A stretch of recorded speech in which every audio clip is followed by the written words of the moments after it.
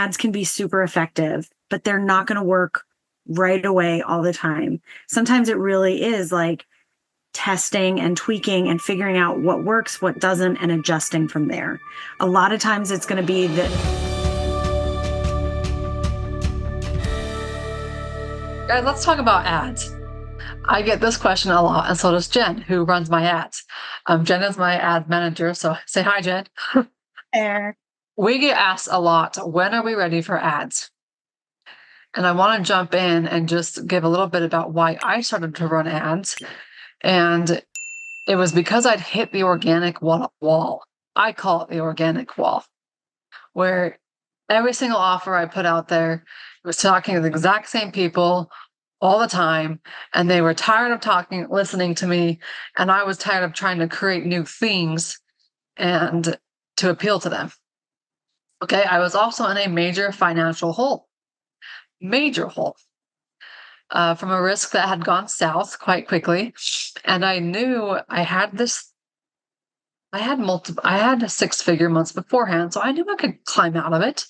But I also knew that if I was going to climb out of this hole, I could not talk to the same people I kept trying to talk to. So that's one of the biggest things for me is if you've hit the organic wall and you're feeling exhausted and burnt out and you feel like you're not doing the right things, that's probably not true. You're just needing to expand upon your audience. All right. So I had known Jen for some time at that point. So I don't remember if I called you or I texted you or emailed you or whatever it was. I said, Jen, I need help. I'm going to do this launch that I've done multiple times before. It's been my money maker. We need to run some ads to that. But at the time, I didn't even know if my credit card would allow Facebook to charge something because it was already maxed out and beyond maxed. I said, I don't know what it's going to do, but let's try. That was how we got started. I wish I would have done it long before when I did, because again, when you hit that wall, you hit burnout as an entrepreneur because you're trying to talk to the same people over and over and over again, which means you have to create new offers for them all the time. And it's just a mad mess. Okay. Now, here's the other thing I got to tell you before we start into like, when are you actually ready? And Jen's going to give us some tips on this. I was messy. My back end, as Jen laughs, my back because it's so true. So messy. I had no idea though. It was working for me. I didn't have a thank you page. I didn't have a confirmation email. In fact, I had 0 emails that were automated. Every email that went out from me was sent by me as I sat down on the computer at that time. And I knew I should automate things, but it's just, it's time and it's systems. And I didn't have the systems then. I do now. And they're very clean, aren't they, Jen? They're beautiful now. They're beautiful now. My sales pages are superb. So let's talk about this. When are people ready to run ads? Yeah, I think hitting the organic wall, that's such a good piece of advice because that really is one of the biggest things. It's funny because like you really are such a good example of like you were the ideal person of like being ready to run ads. Like you had a small list that you had exhausted, but you knew that you could make money. You had a multi-6-figure business already, like plus, and like you just needed to reach more people. So that's when ads are really truly ideal. It's like you have a business that works, you know how to sell, you know that like you have an offer that people want. That knowing how to sell piece is massive. Sometimes it's like ads can bring in all the people, but if you're not able to close them, convert them to clients. Yep. No ads going to work for you. Yeah. Ads will just waste your money. So you have to be able to sell, whether that's like in a consultation, whether that's like closing on the webinar or launch event that you do. You have to have a way that you're able to bring people in, regardless of the ads. So that's a piece of it for sure. I think you have to have the right mindset for it. Like sometimes I'll have people that will come to me and they'll be like, okay, I just started my business. I have 0 email list and I'm launching next week and I want to make $100,000. And I'm like, okay, well, that's not going to happen.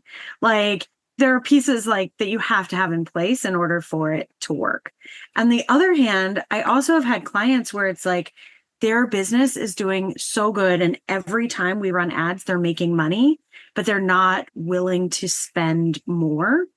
And so it's like, I think you really have to have the right mindset. So for one thing, ads can be super effective, but they're not going to work right away all the time. Sometimes it really is like testing and tweaking and figuring out what works, what doesn't, and adjusting from there. A lot of times it's going to be that the ads are doing their job, but the funnel might need some tweaks to it to really be optimized.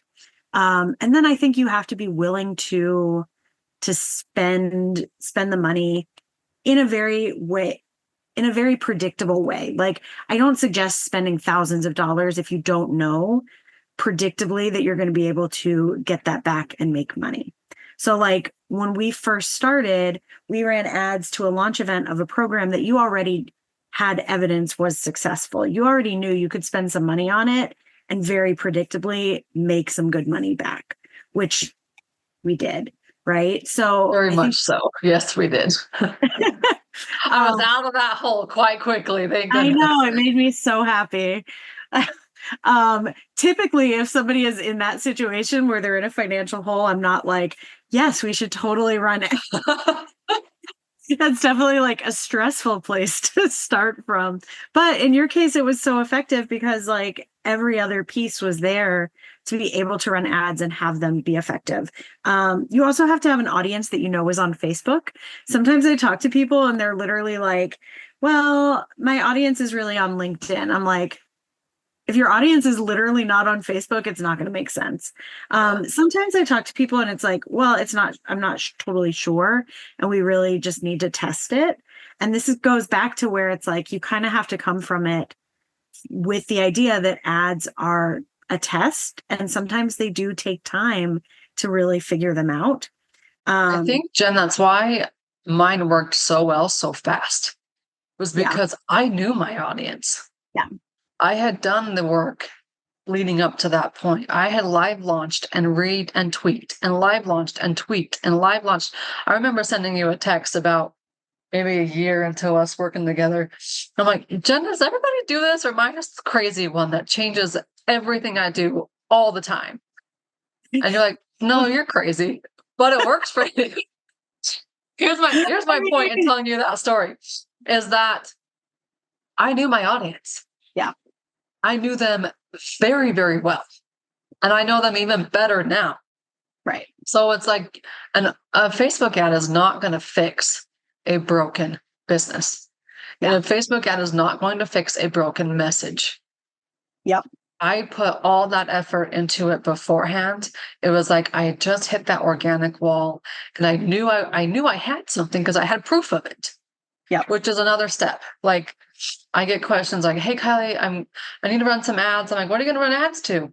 Well, I was thinking about doing this webinar or, going to run ads to an ebook. Do you know that converts? Make sure you know the results before you throw the money into it. Exactly. It's such a big piece of it is like you have to have a strategy that works. So typically if somebody is running ads to a launch event, like a webinar, workshop, online challenge, my best advice is to launch it organically at least once. Make sure you know that things are working with it. Make sure you know that you're getting people to sign up, that you can sell, and then you can put some money behind it. Once you already know, like, okay, this is a strategy that's going to work for me. Now let me spend money in a way that I'm mostly guaranteed to make it back, or at least most likely to. And then the other piece of that you know that you're ready is you also have the money to invest in ads. Like ads are very much an investment. And I typically recommend at least bare minimum $1,000 a month in ad spend to be able to run ads. So that's if you're doing list building ads, I suggest at least $1,000 a month, like 30 a day, or bare minimum $1,000 per launch event. So typically for a launch event, you're going to run those ads 2 weeks before the event. Yeah, at least $1,000 on those. So if you're not in a position financially to do that, then you're not ready to run ads. That said, I came to you and started running ads when I was very much in the hole, a 6-figure hole. You were. If you want something, you will find the money for it or find sources for money, including 0% credit cards, personal loans. I've done all the things. I've done them multiple times. So this is my shtick when it comes to ads. 1, have a proven system. Yes. And 2, know who you're talking to. If you don't have a proven system and you don't know who you're talking to, you are not ready to run ads. And you better kick up your action a lot faster. So let me give you an example. I was talking to a chiropractor who runs a brick and mortar practice, and he wants out. You know, many brick and mortar practices are tanking this since 2020, and his numbers are reflecting that. And he's like, hey, I want to run ads. And I said, well, what are you going to run ads to? I want to run ads to the workshops that you're teaching us how to do, and then channel them into the program. Because I've got the systems, they can take it from me. Fine, that's great.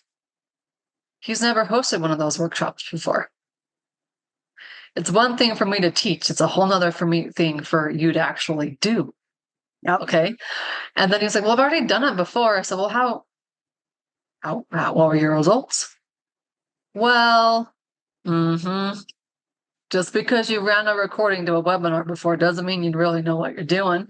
And so just sit back and think, am I ready for this? Have I hit the organic wall? Do I have the finances? And, I started off at, what did I start off, like $5,000 for that event? It was so funny because I don't know if you remember this, but because it was like a newer ad account, we kept hitting too. Facebook was shutting us down from spending too much. Because you were like, let's spend more money. And then Facebook was like, you can only spend like $150 a day or something. Yeah. Yeah, you have to play that game too. Yeah. So now my limit is what? Unlimited? Oh yeah, there's not a limit anymore. Okay, good. I know when I first met with Jen, we were in another mastermind together. And I was like, my goal is to do $1,000 a day. That's my goal. Well, I've already hit it and maxed out and gone past it right now with what we're doing right now. Yeah. But again, I've got proven systems, and I know that when I get on a live call with somebody, you better believe I'm going to be freaking good at closing up. Why? Because I've done it so many times now, and it takes practice. It's a skill to learn. It's not just where you can record something and call it good and run an ad to it. That's the last thing I would ever recommend. Okay, so that aside, I keep traveling, I keep climbing up that ladder, and here's the other thing too is, I'm going to just tell you right now, I'm running $50,000 in ads to this live launching event, and then we're going to run another $20,000 in ad spend, retargeting the same people, right? So there's a process to it, and you're like, well, it's really easy for you to spend $50,000 if you have $50,000. Newsflash, I don't. But what I do have is a credit card. And you better believe I'm going to max that thing out every single month, because I know if I can leverage $75,000 a month on my credit card, I can turn that into at least $500,000. Mm-hmm. So why would I not do that from a money mindset perspective? If I can spend this in my ads, growing my email list, and just have an immediate return. My goal is with my ads is always 10x my investment when I'm live launching something. Jen, have I done that pretty well? I think so. I think so. You've done more than that. I've done more than that on a few occasions. Like at least 20 or 25 or 28. Yeah, remember you sent me like the ROAS? I don't even know what that means, but it's like, this is really good. I'm like, cool, that's great. I just know that I spent this much. This is what we turned into with the launch. That said, though, I'm getting comfortable with the live launches. And now I'm like, I got an Evergreen plan. And that to me makes me nervous because I don't know what the ROI is going to be on that. Now, do I have the systems in place? Do I know the programs convert? Do I know it all converts? Yeah, I do. But that's not just a spend $10,000, get $100,000 back based upon the live launch. That's a longer term process. Am I right?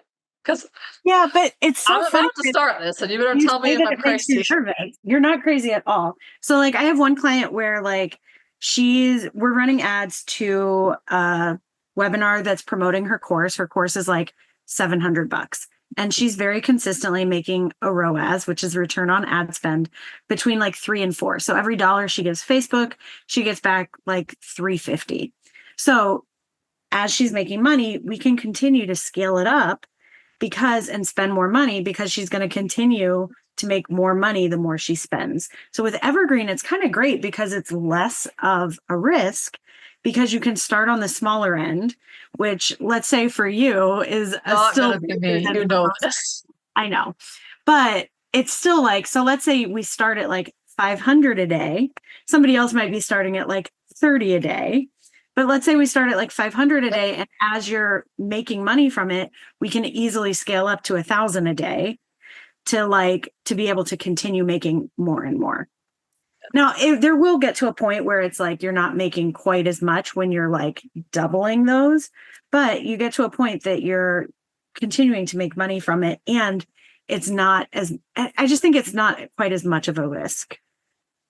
Here's what I also think too, because I've done ads where we have tanked the live launch and not had anything from it. But I'm never going to complain about building my email list because I now have, 4,500 new emails that I can continue to talk to and what is the word? Convert at some point, but nurture is the word. Continue to talk to and nurture, and then at some point convert.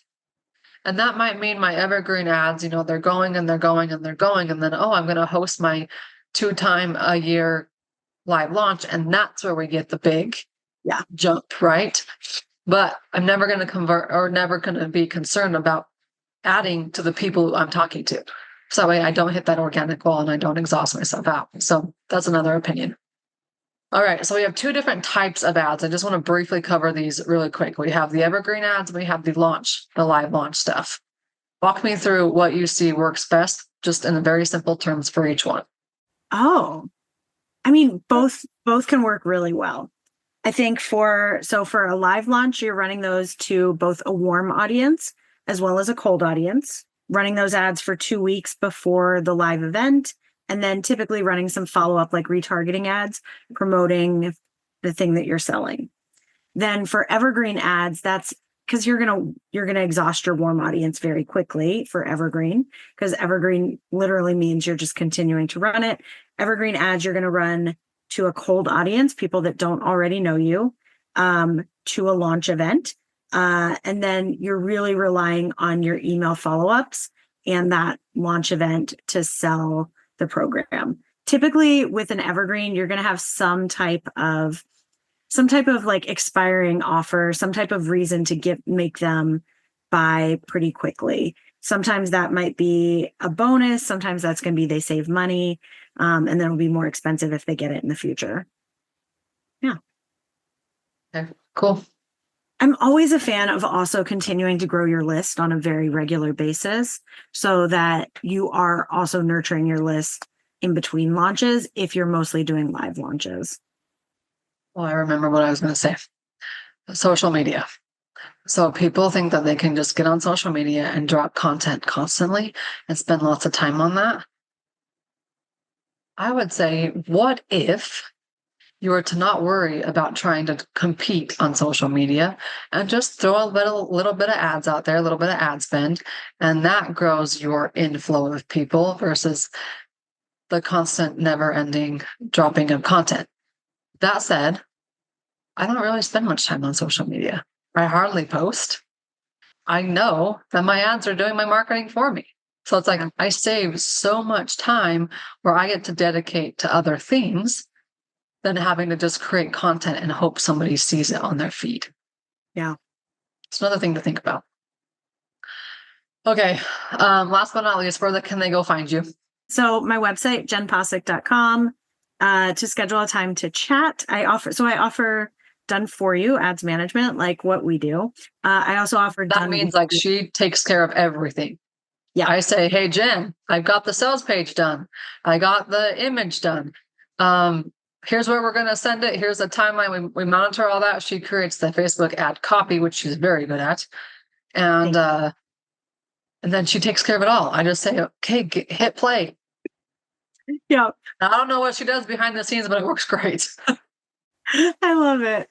Yep. So I've got that done for you. I also have done with you services where we do everything together. We hop on Zoom, they share their screen, we get to work step by step to get their ads up and running and as effective as possible. So to schedule some time to chat about that, you can just go to jennpossick.com/schedule. And then I also have an ads checklist. It's a freebie for you that walks you through all the pieces that you need to have in place in order to run ads that are going to be effective. So you can find that at jennpossick.com/checklist. That's Possick. You should probably say Jenn with 2 N's. It is JENNPOSSICK.com. Yep, it sure is. All right. Thanks, Jenn. Thank you.